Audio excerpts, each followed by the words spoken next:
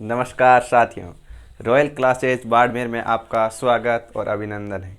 मैं आज पशु परिसर के लिए अति महत्वपूर्ण क्वेश्चन लेकर आया हूं आपके लिए। इसमें आज हम शुरू करने जा रहे हैं पशु परिसर के लिए महत्वपूर्ण अति महत्वपूर्ण प्रश्न। अति महत्वपूर्ण प्रश्न।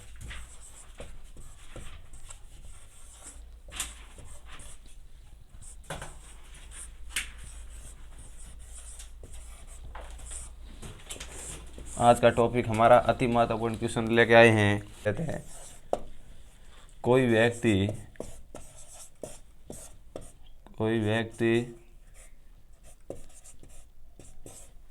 साधारण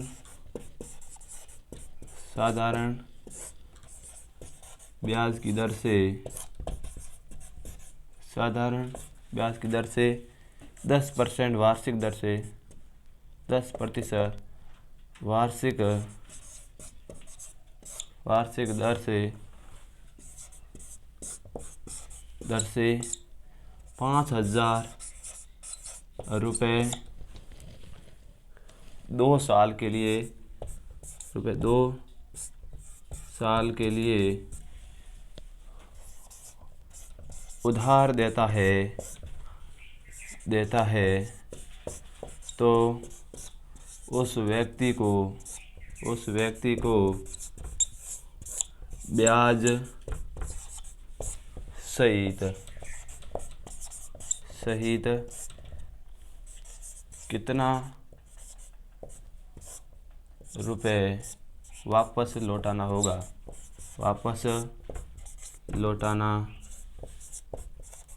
होगा।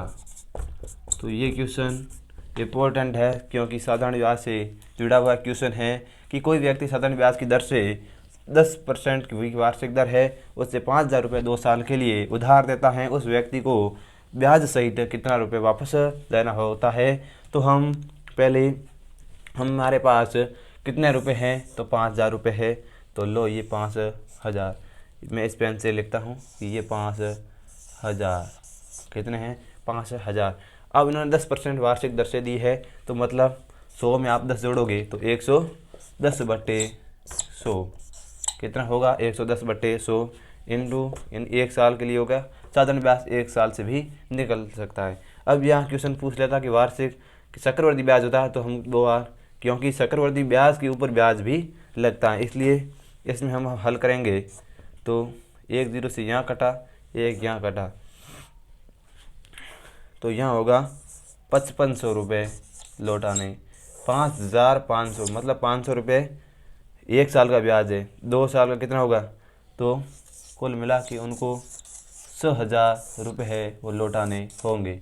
अगर इसका क्वेश्चन यही पूछता कि चक्रवृद्धि ब्याज कितना होता है तो चक्रवृद्धि ब्याज भी ज्ञात कर लेते हैं। ठीक है, तो चक्रवृद्धि ब्याज देख लेंगे कि 5,000 रुपये है, उसका वो चक्रवृद्धि ब्याज 10% की वार्षिक दर से पूछता तो 110/100 फिर 110/100, क्योंकि वो चक्रवृद्धि ब्याज है वो ब्याज के ऊपर ब्याज लगता है लेकिन साधारण ब्याज ऐसा नहीं लगता है।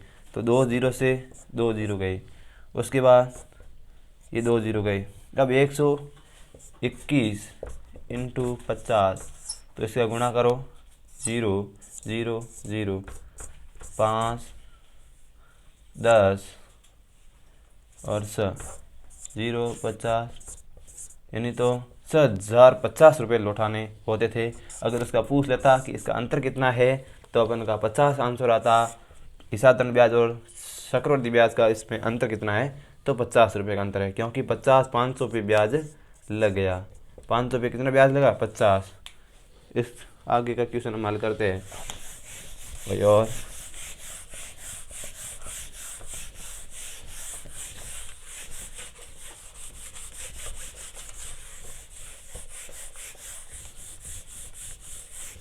ये हम एलसीएम और एचसीएफ का भी ज्ञात कर लेते हैं। क्वेश्चन है हमारा 3 की घात 7 इंटू 3 की घात 2 इंटू 2 की घात 3 इंटू 5 की घात 1 का बराबर HCF ज्ञात करो।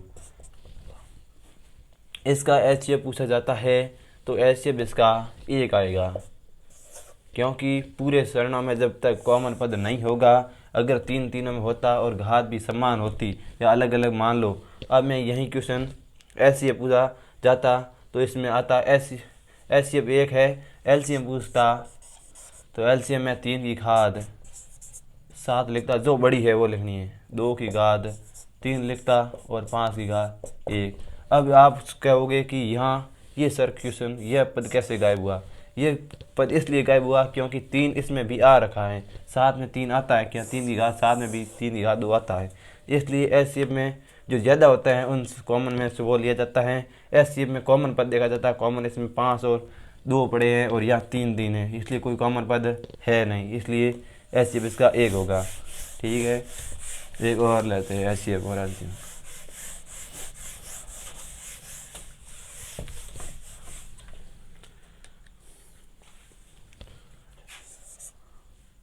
दो की घात 3 इंटू 2 की घात 1 इंटू 2 की घात 6 बराबर HCF क्या होगा?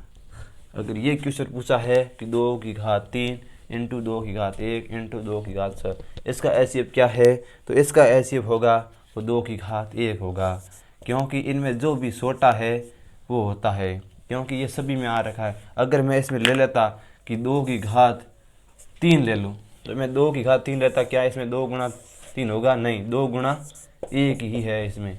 ठीक है, इसमें 2 इंटू 2 3 बार गुणे करने, मतलब 2 गुणा 2 मतलब 8 इसका आंसर होता है, लेकिन इसका आंसर हमारे पास 2 ही है, 2 की घात 1 बराबर 2 ही होता है, तो इसका HCF कितना है?